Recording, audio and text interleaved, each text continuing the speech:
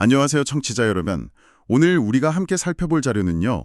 위암 중에서도 좀처럼 보기 드문 그런 희귀 유형들에 대한 의학 리뷰 논문입니다. 보통 위암하면 관상선암종 이걸 많이 떠올리시는데 실제로는 생각보다 훨씬 더 다양한 모습들이 있더라고요. 특히 진단이나 치료가 좀 까다로운 경우도 많다고 하고요.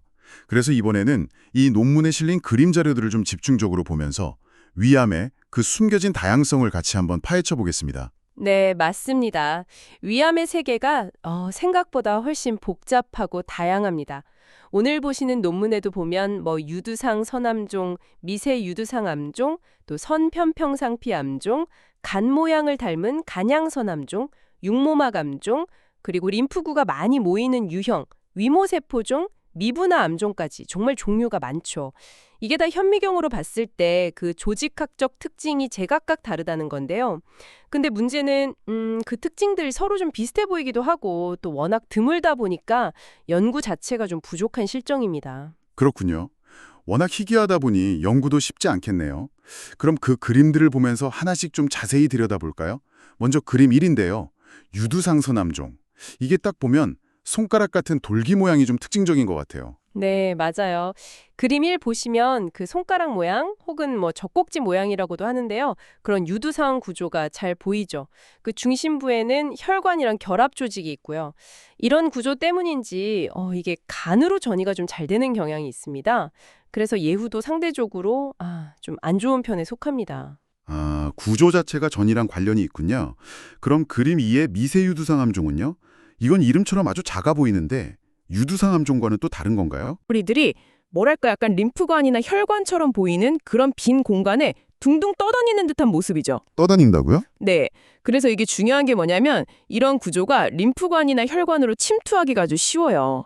그래서 림프절 전이가 굉장히 흔하고 예후도 훨씬 더 안 좋습니다.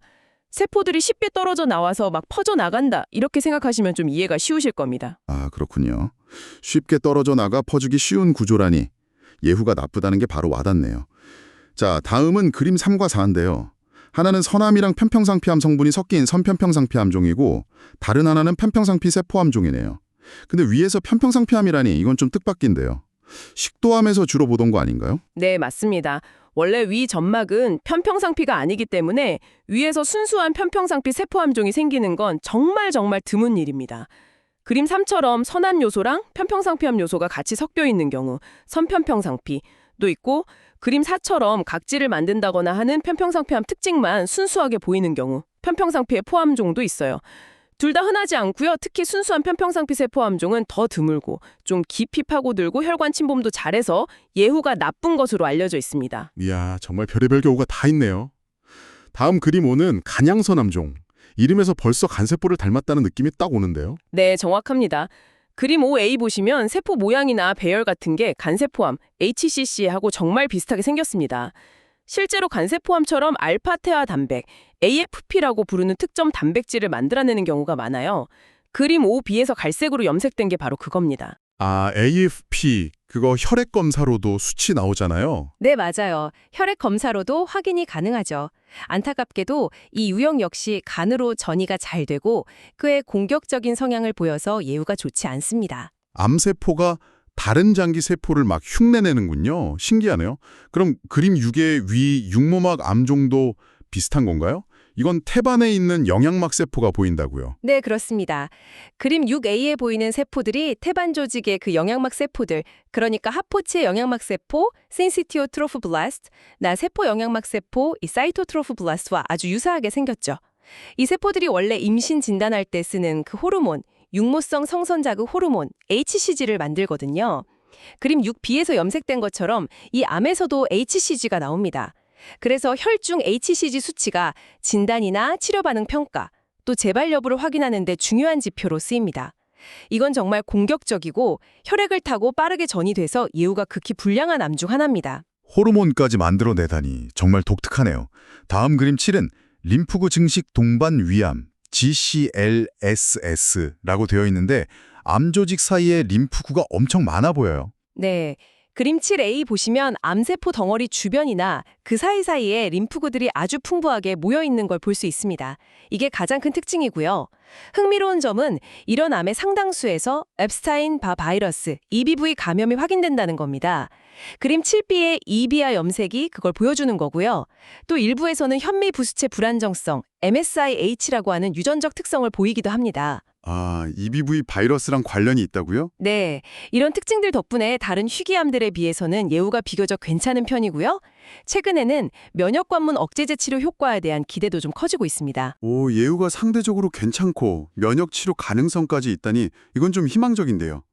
자, 다음 그림 8은 위모세포종. 이건 주로 젊은 층에서 생긴다고 들었습니다. 맞습니다. 주로 젊은 성인에게 발생하는 아주 드문 종양인데요. 그림 8 보시면 상피세포처럼 생긴 덩어리랑 약간 길쭉한 방추형 세포, 이렇게 두 가지 다른 모양의 세포가 섞여 있는 이중상 바이페이식 패턴이 특징입니다. 분자 수준에서는 MALAT1, GLI1이라는 특정 유전자 융합이 발견되는 게 특징적이고요. 다행히 이건 대부분 수술로 완전히 제거하면 예후는 좋은 편으로 알려져 있습니다. 젊은 사람한테 생긴다니 좀 안타깝지만 그래도 예후가 좋다니 다행이네요. 이제 마지막으로 살펴볼 그림 10인데요. 미분화 암종입니다. 미분화라는 말 그대로 뭔가 특정 형태가 없어 보이는데요. 네, 딱 그렇습니다. 그림 10A처럼 세포들이 어떤 특정 구조를 만들거나 특별한 방향으로 분화하지 않고 그냥 미성숙한 상태로 마구 자라는 모습이죠. 때로는 이게 근육세포처럼 보이기도 하고 횡문근양, 아니면 육종세포처럼 보이기도 합니다. 육종양. 그래서 진단할 때는 사이토케라틴이나 비멘틴 같은 여러 단백질 염색 결과가 중요합니다. 특히 일부에서는 스마르CB1이나 스마르CA4 같은 특정 유전자의 기능 소실과 관련이 있는 경우도 있어요. 그림 10B는 스마르CA4 단백질이 없어진 걸 보여주는 염색 결과고요. 기능 소실이요? 그게 암 발생이랑 관련이 있나요? 네, 이 유전자들이 종양 억제 기능과 관련이 있거든요. 이게 망가지면 암 발생에 영향을 줄 수 있죠. 이 미분화 암종은 매우 공격적이고 진행이 빨라서 예후가 아주 나쁩니다. 아, 그렇군요. 오늘 이렇게 그림들을 쭉 따라가면서 여러 희귀 위암의 모습을 보니까 그 차이가 정말 눈에 확 들어오는 것 같습니다. 결국 이 현미경으로 본 시각적인 차이들이 우리에게 말해주는 건 뭘까요? 각 그림에서 나타나는 그 독특한 조직학적 모습들은 단순히 그냥 모양이 다르다에서 그치는 게 아닙니다. 그 모양 하나하나가 이 암이 생물학적으로 어떻게 행동할지, 예를 들어 얼마나 공격적인지, 어디로 잘 퍼져나가는지, 또 어떤 치료에 반응할 가능성이 높은지 같은 중요한 정보들을 담고 있는 거죠. 따라서 이렇게 현미경으로 관찰되는 시각적인 단서와 요즘 점점 중요해지는 분자 표제자 정보를 잘 종합해서 정확하게 진단하는, 이게 바로 환자에게 맞는 최적의 치료 전략을 세우는 첫걸음이라고 할 수 있습니다. 네, 오늘 살펴본 것처럼 위암은 정말이지 단 하나의 병이 아니라는 걸 다시 한번 느낍니다. 그리고 이렇게 다양하고 드문 아형들을 정확하게 아는 것이 진단과 치료에서 얼마나 중요한지요. 맞습니다. 특히 이런 희귀암들은 사례 자체가 워낙 적어서 연구가 더 어렵긴 하지만 그 복잡성 때문에라도 우리가 꾸준히 관심을 가지고 연구해야 할 분야입니다. 그렇죠. 자, 오늘 이야기를 마무리하면서 청취자 여러분께 마지막으로 질문 하나를 던져볼까 합니다. 오늘 우리가 본 것처럼 현미경 아래에서 이렇게나 다양한 모습을 보이는 희귀 위암들을 미래에는 어떻게 더 효과적으로 진단하고 분류할 수 있을까요? 예를 들어서 인공지능 AI가 이 복잡한 현미경 이미지들을 분석하고 여기에 분자 유전 정보까지 통합한다면 어쩌면 지금보다 훨씬 더 빠르고 정확하게 이 까다로운 암들을 구별해내는 날이 올 수도 있지 않을까요? 한번 생각해 보시면 좋겠습니다.